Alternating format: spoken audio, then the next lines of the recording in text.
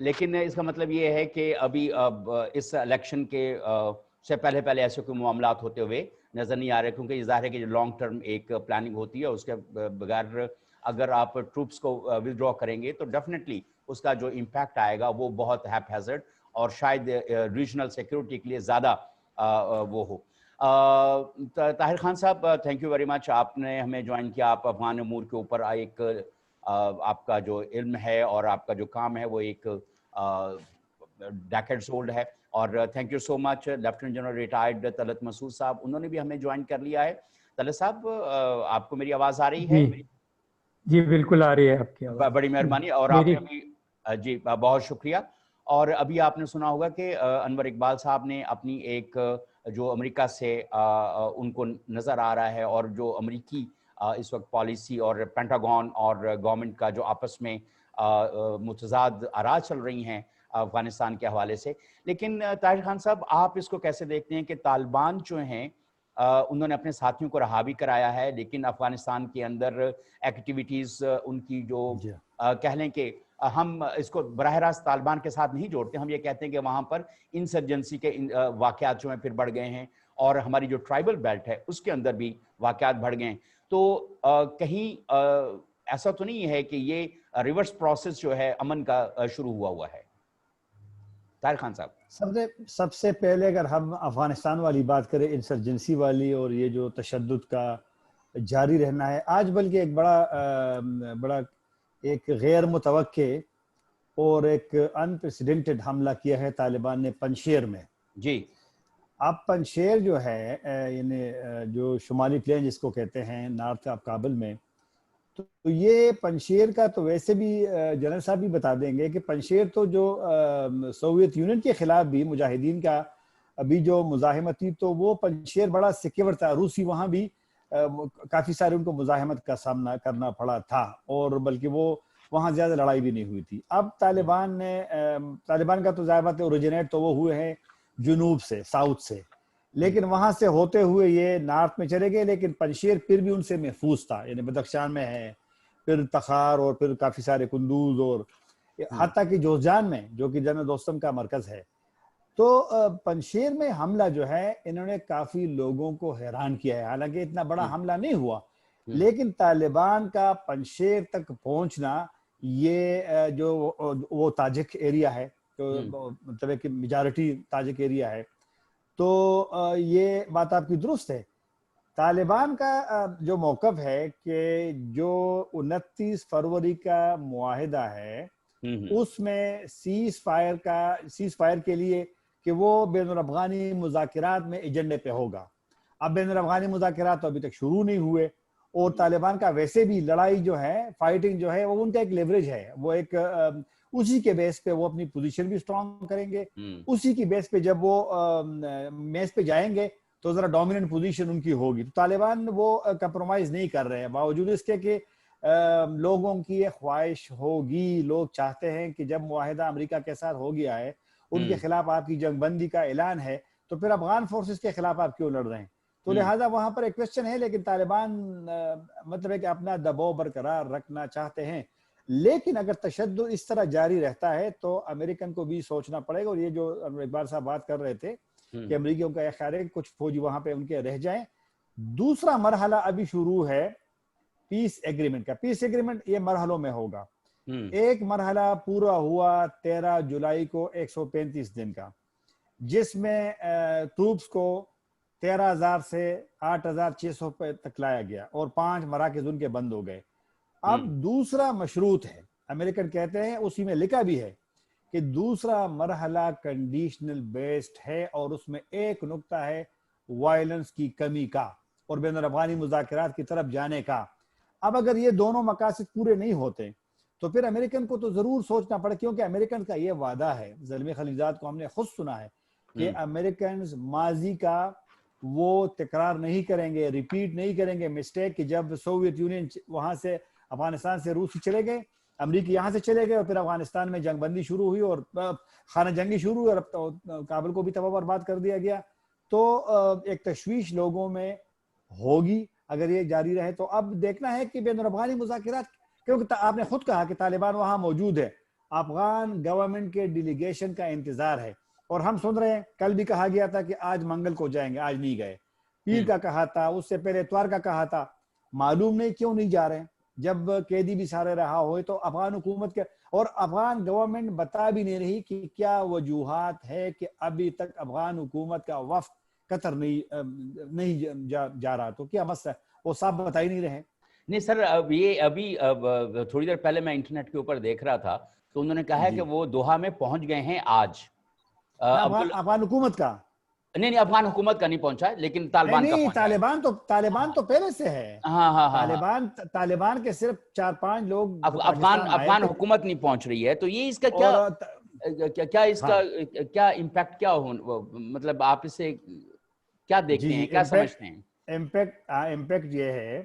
کہ قیدیوں کی رہائی کے باوجود اگر تاخیر ہوتی ہے بین الافغانی مذاکرات میں تو آپ نے خود جو پوائنٹ اٹھایا ہے کہ انسرجنسی بڑھ گئی ہے. میں نے پنجشیر کے حملے کا ذکر کیا اور صرف پنجشیر میں نہیں, کابل کے قریب بھی کل حملہ ہوا ہے. حالانکہ جو ایک مفاہمت ہے امریکیوں کو طالبان کے ایگریمنٹ میں, جو کہ اس میں نہیں ہے, ٹیکس میں نہیں ہے, لیکن کچھ ان کے خفیہ چیزیں بھی ہیں. اس میں یہ ہے کہ بڑے شہروں پہ حملے نہیں ہوں گے. تو لہٰذا اگر بین الافغانی مذاکرات شروع نہیں ہوتے, تشدد کی کارروائی اگر جاری رہتی ہے تو یہ امریکہ اور طالبان کے معاہدے پہ بھی بڑا نیگیٹو امپیکٹ کرے گا. اور امریکیوں کو تشویش ہوگی کہ اگر وہاں وائلنس بھی ہے, بین الافغانی مذاکرات بھی نہیں ہے, تو پھر تو ان کے ایگریمنٹ کو نقصان پہنچ سکتا ہے. صحیح. میں جاؤں گا lieutenant general retired Talat Masood صاحب. آپ نے طاہر خان صاحب کی بھی بات سنی اور انور اقبال صاحب کی بھی. یہ اس وقت افغان حکومت جو ہے وہ نیگوشیشن سے اجتناب کرنے کی کوشش کرتی ہوئی جو نظر آ رہی ہے, اس کی کیا وجہ نظر آتی ہے طلعت صاحب؟ جی میرے خیال میں اس کی سب سے بڑی وجہ تو یہ ہے کہ چونکہ وائلنس جو ہے وہ ختم ہی نہیں ہو رہا ہے. تشدد آپ نے دیکھا کہ طالبان کی لیڈرشپ کا بڑھتے ہی چلا جا رہا ہے, جس کا بڑی تفصیل سے بیان بھی کیا گیا ہے ابھی. تو میں یہ سمجھتا ہوں کہ سب سے بڑی وجہ تو یہ ہے. اور دوسری بات یہ ہے کہ آپس میں اعتماد جو ہے اس کا بڑا زبردست فقدان ہے, اور وہ فقدان شروع سے ہے. اور میرے خیال میں یہ سمجھتے ہیں طالبان کی لیڈرشپ کے کا پلہ بہت بھاری ہے. وہ زیادہ سے زیادہ مقامات کے اوپر ان کا وہ کیپچر کرتے چلے جا رہے ہیں اور ان کے ماتحت ہوتے چلے جا رہے ہیں. تو ان کو کوئی خاص لچک دکھانے کی ضرورت نہیں ہے. یہ ایک تصور بھی ہے کہ طالبان کی لیڈرشپ جو ہے وہ زیادہ انٹرسٹڈ نہیں ہے. لیکن اس کے ساتھ ساتھ میں یہ بھی سمجھتا ہوں کہ وہ چاہتے ہیں کہ امریکنز کسی طریقے سے یہاں جائیں اور ایک کوئی فارمل سا ایگریمنٹ ہو جائے, لیکن اس میں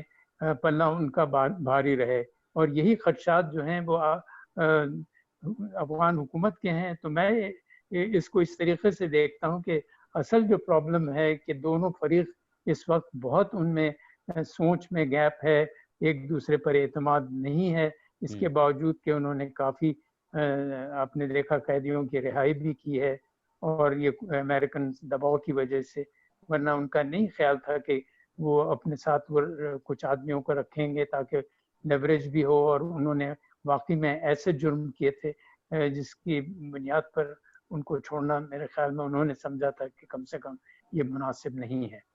تو یہ چیزیں تو ابھی اپنی جگہ پر ہیں. میں ابھی بھی کہوں گا کہ امریکنز دونوں پر دباؤ ڈالنے کی کوشش کر رہے ہیں, طالبان لیڈرشپ پر بھی اور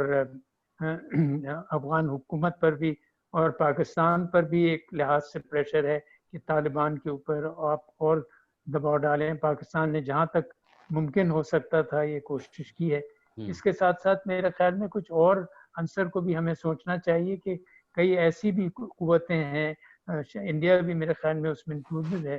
جو کہ یہ نہیں چاہتا کہ افغانستان میں اس وقت امن ہو. یہ کس حد تک یہ سوچ صحیح ہے, میرے خیال میں آپ کے دوسرے جو 2 پینلسٹ ہیں وہ زیادہ مجھ سے جانتے ہیں, ان سے پوچھا جائے. اچھا جنرل صاحب, ایک اور میں اس پہ بات کرنا چاہتا ہوں. یہ ظاہر ہے کہ جو صورتحال اس وقت ہمیں نظر آ رہی ہے, طاہر بھائی آپ بھی اس کے اوپر تھوڑا سا, کہ یہ جو پاکستانی طالبان جو ہیں اور وہ ظاہر ہے کہ سرحد پار چلے گئے ہوئے ہیں, تو ان کی جو ریشہ دوانیاں ہیں اور جو گٹھ جوڑ ہے افغان طالبان کے ساتھ, تو وہ کتنا امپیکٹ کر رہا ہے، کیونکہ اس وقت ہم نے دیکھا ہے کہ ہماری جو ٹرائبل بیلٹ ہے اس کے اندر بھی جو انسرجنسی کے واقعات جو ہیں وہ دوبارہ سے ابھرنا شروع ہو چکے ہیں، اور کچھ کیا معاملات ہوتے نظر آتے ہیں جنرل صاحب؟ جی دیکھیے، بالکل ہمیں بھی بہت تشویش ہے پاکستان حکومت اور پاکستان کی افواج کی لیڈرشپ کو، خاص طور سے جو آپ نے بات کہی ہے یہ بالکل صحیح ہے کہ اس وقت طالبان کی جو لیڈرشپ ہے اور تحریک طالبان لیڈرشپ جو ہے ان میں ایک قسم کا ملاپ ہے، اور سوچ بھی ان کی ایک ہی قسم کی ہے، اس کے باوجود کہ انہوں نے یہ کوشش کی ہے، چونکہ پاکستان نے اس کے اوپر انسسٹ کیا ہے کہ وہ کسی صورت میں پاکستان پر حملہ نہیں کریں گے اور ان کو کوئی فیسلٹیز وہاں نہیں ہوں گی، لیکن اس کے باوجود آپ نے دیکھا کہ ان کا گٹھ جوڑ ضرور ہے، اور ہم یہ سمجھتے ہیں کہ ان کو ایک طریقے سے کافی کھلی چھٹی ملی ہوئی ہے کہ وہ افغانستان کے علاقے کو استعمال کریں۔ پھر اس میں افغان حکومت کا بھی ایک لحاظ سے وہ بھی اپنی نظریں جو ہیں وہ دوسری طرف کر لیتے ہیں، چونکہ وہ یہ سمجھتے ہیں کہ پاکستان جو ہے ان کا دوست نہیں ہے، اور پاکستان کی جو پالیسیز ہیں وہ ان کی سوچ سے منسلک نہیں ہے۔ تو ان دو وجوہات کی بنا پر یہ جو اس وقت پاکستان میں، جیسے آپ نے جس کا ذکر کیا، وہ واقعات ہوتے جا رہے ہیں، تو پاکستان کو بڑی تشویش ہے۔ پاکستان نے یہ بھی کوشش کی ہے کہ جہاں تک ممکن ہو سکے اپنی ویجیلنس، وہ بارڈر کو اور مضبوط کیا جائے۔ آپ نے دیکھا کہ ہزاروں میل یا سو سے میل باربڈ وائر لگایا گیا ہے، لیکن اس سے اتنا زیادہ فرق کچھ حد تک تو پڑتا ہے، لیکن ایسے نہیں کہ آپ اس کو عبور نہ کر سکیں۔ صحیح۔ طاہر خان صاحب، انسرجنسی کے اب واقعات جو ہیں، باڑ بھی لگ چکی ہے لیکن اس کے باوجود تو یہ کیا وجہ ہے کہ ہمارے ہاں جو واقعات دوبارہ سے سر اٹھا رہے ہیں؟ اور ابھی آپ نے دیکھا ہوگا کہ پچھلے چند دنوں میں بھی اس طرح کے واقعات ہوئے ہیں اور دوبارہ سے پاکستانی فورسز جو ہیں وہ بڑی ایکٹیو ہو رہی ہیں، اور شک کیا جاتا ہے کہ وہاں کے ٹرائبل بیلٹ کو، اور کہا جاتا ہے کہ یہاں پہ ان کے فیسیلیٹیٹر جو ہیں وہ موجود ہیں۔ آپ اس پورے سینیریو کو کیسے دیکھ رہے ہیں؟ اصل میں ابھی جو کچھ ہفتے پہلے جو تمام گروپس